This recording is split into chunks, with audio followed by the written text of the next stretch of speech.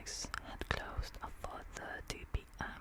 the previous day, the detectives learned, yet it was not unknown for nimble adolescents and desperate adults to gain access to the park from half a dozen possible places, and the number of expanded condoms discovered in and around the bathing area suggested that not only ingress and egress, but congress too were not unusual there, with the cover of the night and the cover of the cubicles combining to promote this latter activity, even when frost were forecast. But the cubicle in which the yellow sheet had been found could reveal no further secrets, and all hope had early been abandoned of learning anything from this course of footprints which had crisscrossed the grassy area since the murder. 2 drivers had gone down into the river during the morning, but had found no item of relevance, and perhaps would not have recognized its relevance had they found it. Sadly, no clothes, Sergeant Dixon asserted. Morse walked over to the water's edge, the river level high against the banks, and there he dipped his fingers in, not quite so cold as he would have thought. Dixon's mention of clothes had pulled his mind back to the discovery of Camp's body, and he asked Lewis much the same questions he had asked Max, receiving much the same answers. But I don't think it have been swimming here, sir.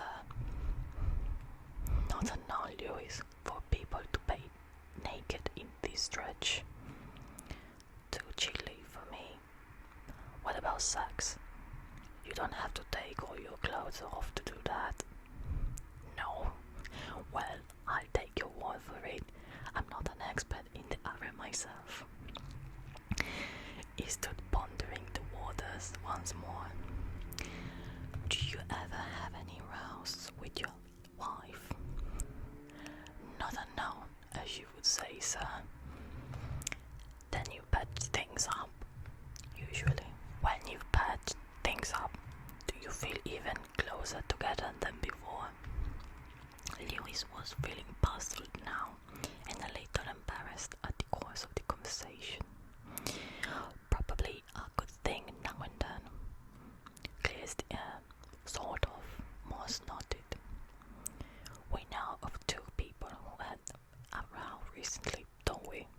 Dr. Camp and Mrs. Williams. Yes, but she's got a whacking great alibi, sir. A much better alibi than Stratton, certainly. I could try to check on Stratton.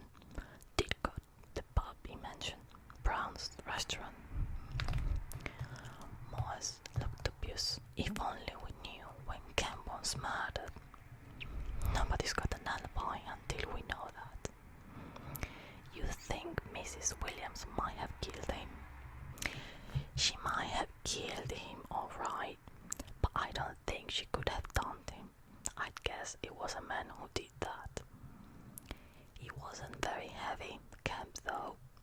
Not much fat on him. Too heavy for a woman. Even a jealous woman, sir. Yes, I know what you mean. I keep wondering if Camp had found some other floozy, and Sheila Williams found out about it, and had no fury.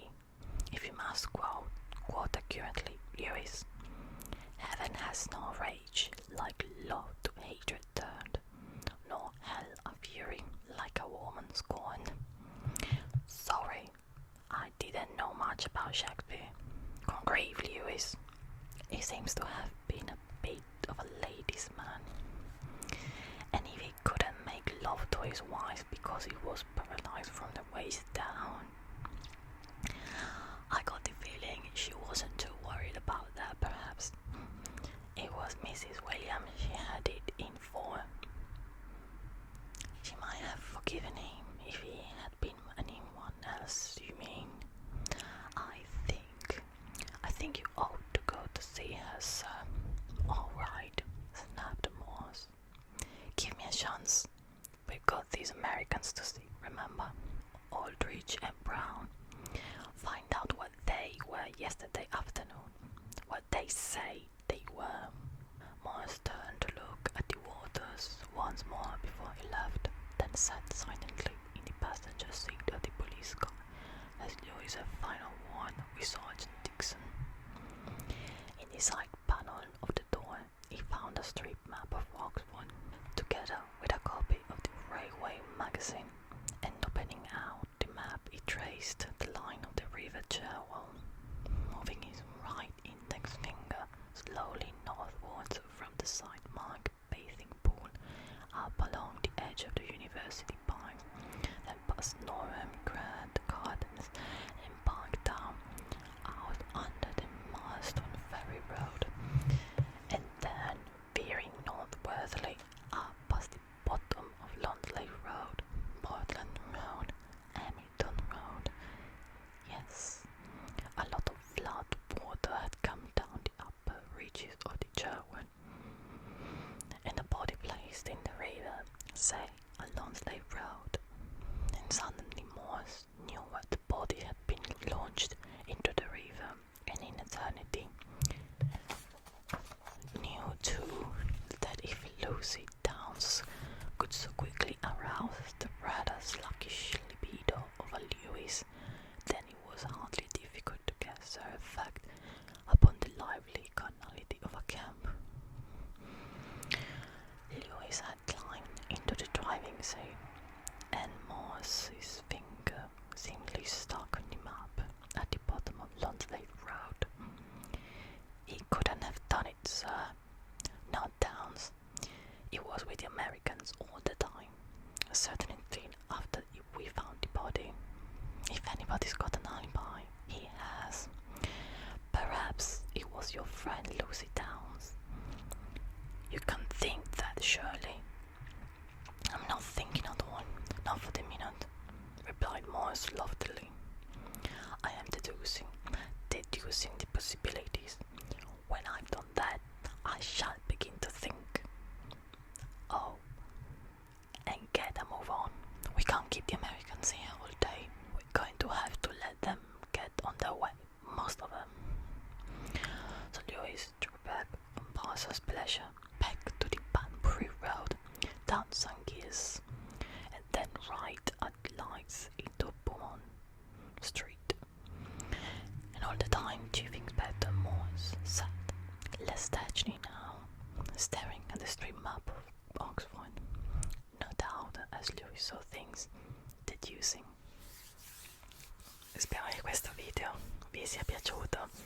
Non dimenticatevi di mettere un like e fatemi sapere nei commenti